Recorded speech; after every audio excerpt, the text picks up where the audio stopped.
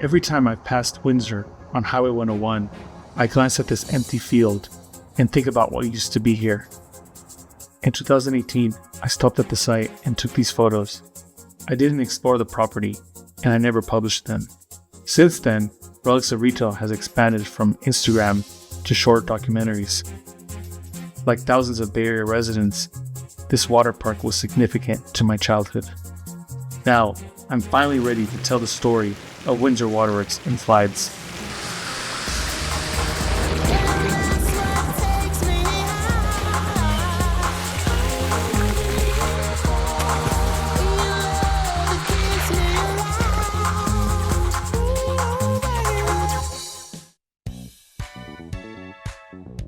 In 1978, Sonoma County supervisors approved an expansion of the Camper Lodge RV Park. The proposed family recreation center would feature a giant water slide. The grand opening of Windsor Waterworks and Slides was held on May 24, 1980. 4 large water slides were built. They were known as the Doom Flume. They began at a 15-foot mound. Riders would drop 42 feet through tunnels, slopes, and spirals, and land in 3-foot pools. Each slide was over 400 feet long. They had very low water flow, which made them different from slides at other parks. This feature allowed riders to have control of their speed. The water slides were heavily promoted, so much that the newspaper and public called the water park the Doom Flume. Other amenities included a picnic area, a swimming pool, a snack bar, a gift shop, and a game room. In less than 4 months, Windsor Waterworks drew almost 250,000 people, including visitors from Europe, Japan, and Australia. It quickly became a popular summertime staple in the San Francisco Bay Area.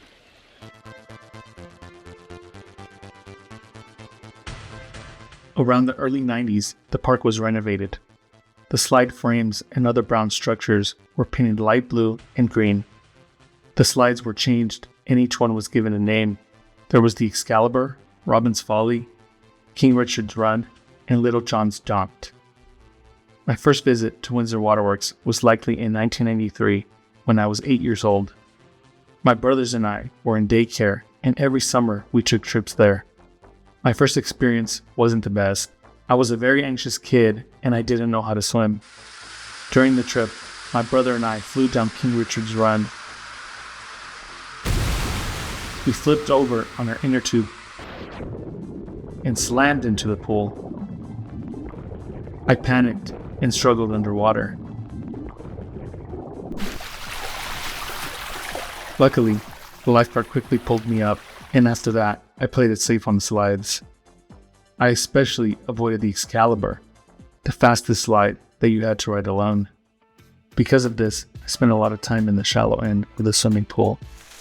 Nearby was a large fountain shaped like a mushroom. Outside the fountain were 2 water cannons. You could move them up and down and spray your friends and strangers as they pass by. Windsor Waterworks encouraged visitors to bring their own food and use the barbecue grills in the picnic area. I have fond memories of eating hamburgers here. The first time I tried relish on a hot dog was during one of my visits. The worst sunburns of my life came after a day at Windsor Waterworks. Regardless, I still had fun. And who could forget that jingle that we heard so many times?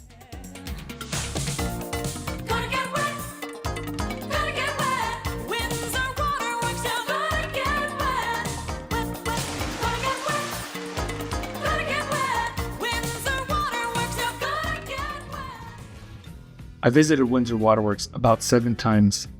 My last visit was in 2003 during my senior class picnic. I have a very particular memory from that day. My twin brother and my friend invited me to the Excalibur, the dreaded body slide. As they walked away, I stood by the pool and stared into the distance, as I often did. I was moving away for college in the fall, and this might be my last time here. In all my trips, I had never ridden the Excalibur, so I decided to finally face my fear, and I caught up to my friends. When it was my turn, there was no turning back, and I flew down the slide.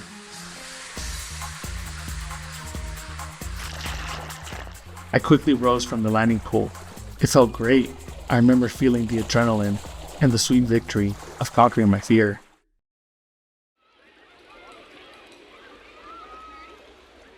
On June 8, 2004, middle school students celebrated the end of the school year at the park. Many of them played in the large swimming pool. A lifeguard spotted a boy at the bottom of the deep end. Efforts to revive him were unsuccessful, and the boy was pronounced dead at the hospital. 12-year-old Yan Kolim was remembered as a good kid. He was a dedicated student and very friendly, and he dreamed of becoming a doctor or a lawyer.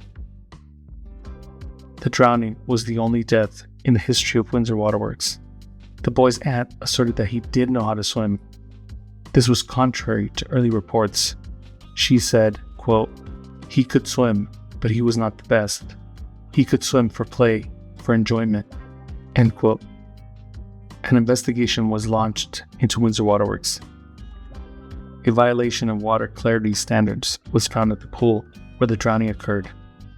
Months later, the boy's family filed a wrongful death suit against the park.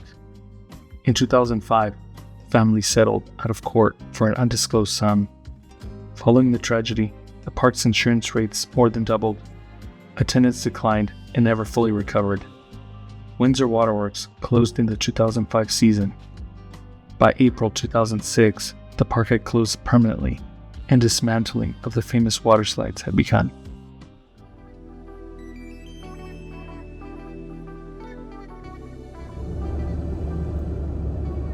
In June 2024, my brother and I drove to the former site of Windsor Waterworks.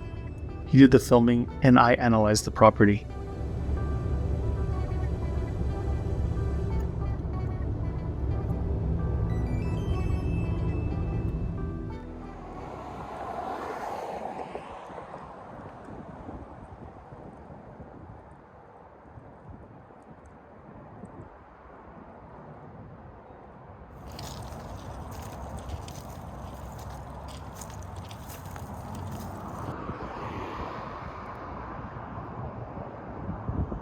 Large wooden logs and other barriers still enclosed the property.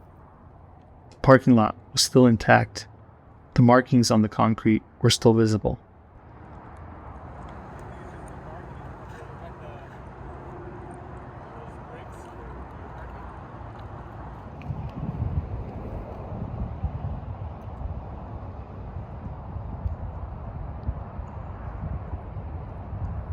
I think this was the front of the entrance to Windsor Waterworks, because here's the disabled parking, and then the slides were like right here, the really high ones here, and then into here, the entrance is maybe somewhere around here.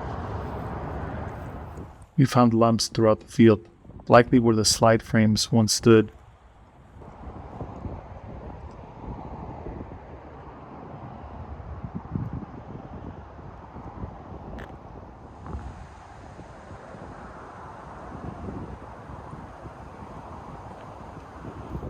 These two buildings used to have the snack bar, the gift shop, and the arcade.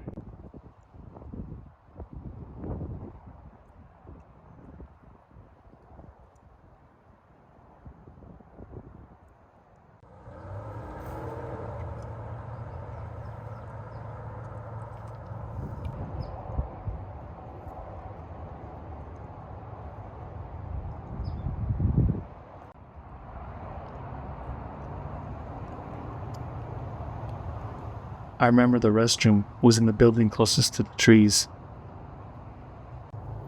Get wet, it's a new kind of fun. For moms and dads and guys and gals and everyone.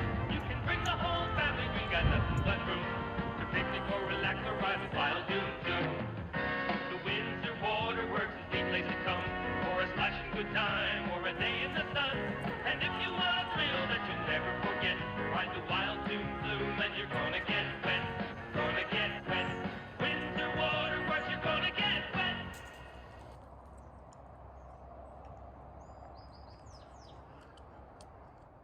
Under these trees was the picnic area, with tables and barbecue grills.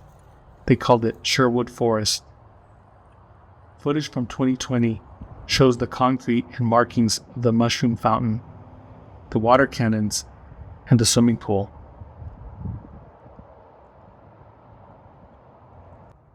On our visit in 2024, we couldn't find any of these things. Sadly, these relics were paved over, and the RVs stood in their place. As my brother and I examined more of the parking lot, we discovered something we overlooked. This wood post had holes, bolts, and light blue paint. There was raised concrete on one side. Thus, I've concluded that it was the back right column of the entrance gate. It's probably where those beams were bolted in place. It was amazing to find a piece of the gate that thousands of people passed as they entered Windsor Waterworks and slides. While studying my footage, I also noticed a tree had survived. You can see the tree and the post in these side-by-side photos. Shortly after our exploration, we visited a water park in Roseville, California. The summer heat, the water slides, and the smell of chlorine water and sunscreen, they all brought me back to Windsor Waterworks and slides. And so the park lives on in my memory and that of others throughout the world. So what do you remember? Let me know in the comments. On a personal note, I've wanted to make this documentary for a while now, and I'm happy to finally be able to commemorate this childhood treasure. If you enjoyed this video, please share it and consider subscribing and watching my other short documentaries. Thank you for watching.